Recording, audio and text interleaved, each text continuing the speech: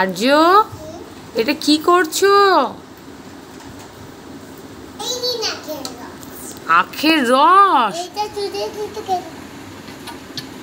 ও, তাহলে কি আখের রসের মেশিন কোনটা তাহলে? ও, একটু আখের রস করে দেখান তো, কেমন করে আখের রস হয়।